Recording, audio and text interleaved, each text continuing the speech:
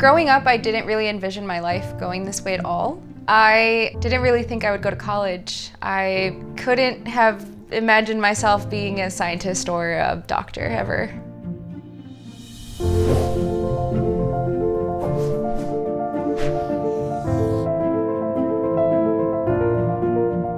I'm Edith Hernandez. I'm an MD PhD student at the University of Minnesota. I'm a behavioral pharmacologist, and those are big words, but I study cocaine. I study how cocaine affects the brain and how it affects behavior, and I'm going to medical school to become a psychiatrist. I really enjoy making art. I enjoy the expression of bringing something to life, and most of my art is of people in graceful but stressful situations, and that makes me feel very seen and very validated. I'm from Ciudad Juarez, Chihuahua, and it's on the border with El Paso, Texas. Ciudad Juarez is one of the most well-known trafficking points for drugs into the United States, and that's primarily psychostimulants that go through. So cocaine, meth, and now more recently it's been fentanyl. I know many people that have been using for many, many years, and now they can't imagine not using.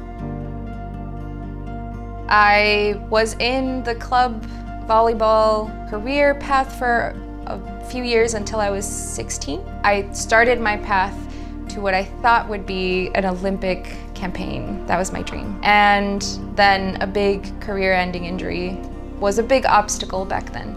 I went through a devastating time, so I kind of shut down. I was terrified of college, and I thought I would be working a service industry job, as most of my friends and family do.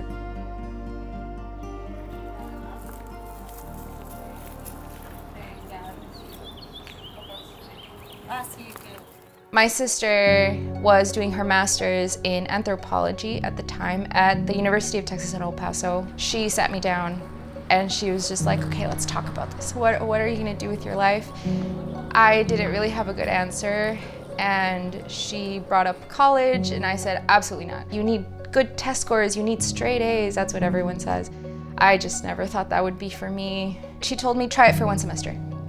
Try it from August to December. If you really don't like it, you can leave. So I attended the University of Texas at El Paso, or UTEP, for undergrad. I started off as an art major, switched to architecture. I switched maybe 2 or 3 more times, and I eventually landed on psychology. The lab that I was recruited for, it was a smoking cessation lab, and it was supposed to be to help people who were intermittent smokers quit smoking. And I would go out into what we call El Segundo Barrio, which is the immigrant community in El Paso, talk to people about what their smoking habits were and ask them if they've ever thought about quitting, and if they did, what would that look like. It really impacted how I thought about addiction and why people stay using.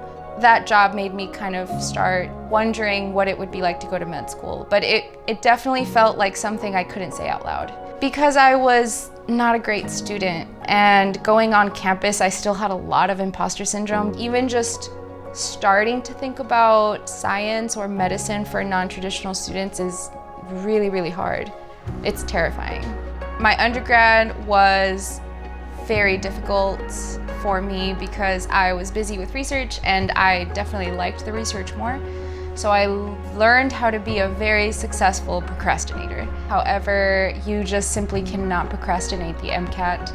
There are certain scores that are too low to be considered by certain medical schools, and I was way below that. So I Googled how to get into med school, and I found out about post-bac programs, post-baccalaureate programs. So I applied across to different ones, and I ended up at the University of Maryland, Baltimore.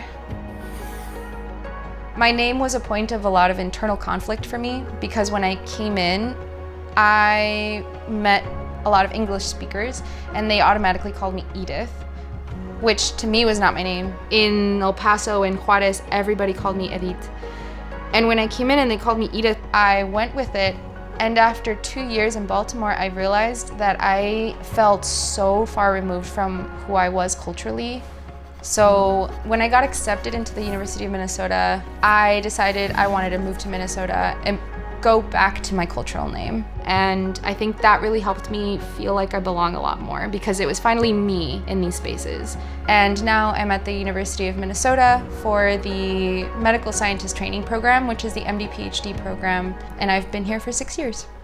I study different drugs to see what can help people who are struggling with drug addiction. And one of my main priorities is that I want to work on treatments and drugs that are cheap, that are accessible, and that people will be able to use more than once. So I am looking at diabetes drugs to see whether that can reduce the motivation to use cocaine. So preventing relapse is what we call it. Interested in stimulants mainly because stimulants do not have a treatment option right now. Opioids have methadone and naloxone. However, cocaine. I found myself very emotional after I got the PhD. To write a thesis and then defend it to a room full of experts is exciting and terrifying. And to put your name on it and pass that dissertation meant so much to me as a scientist. I have been coming to terms with the lack of confidence I've had in the years, and receiving my PhD has really cemented my belief in myself.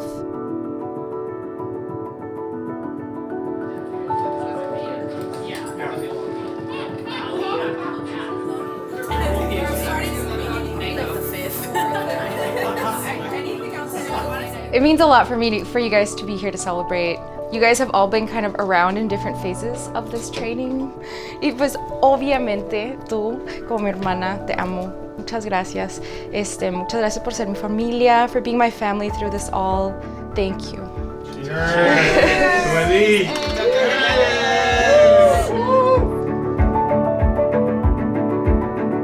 At first, when I see a blank page, it's kind of terrifying because I feel the pressure of making something good. But then once I make the adjustments and I figure out what exactly I want to focus on, it's really exciting to start seeing something take shape. I look back on my story and I think of the things that I did, and for a second right before I did them, I told myself like, oh, that's dumb, I can't do that. And then I did it and I was like, oh, okay, I can do that.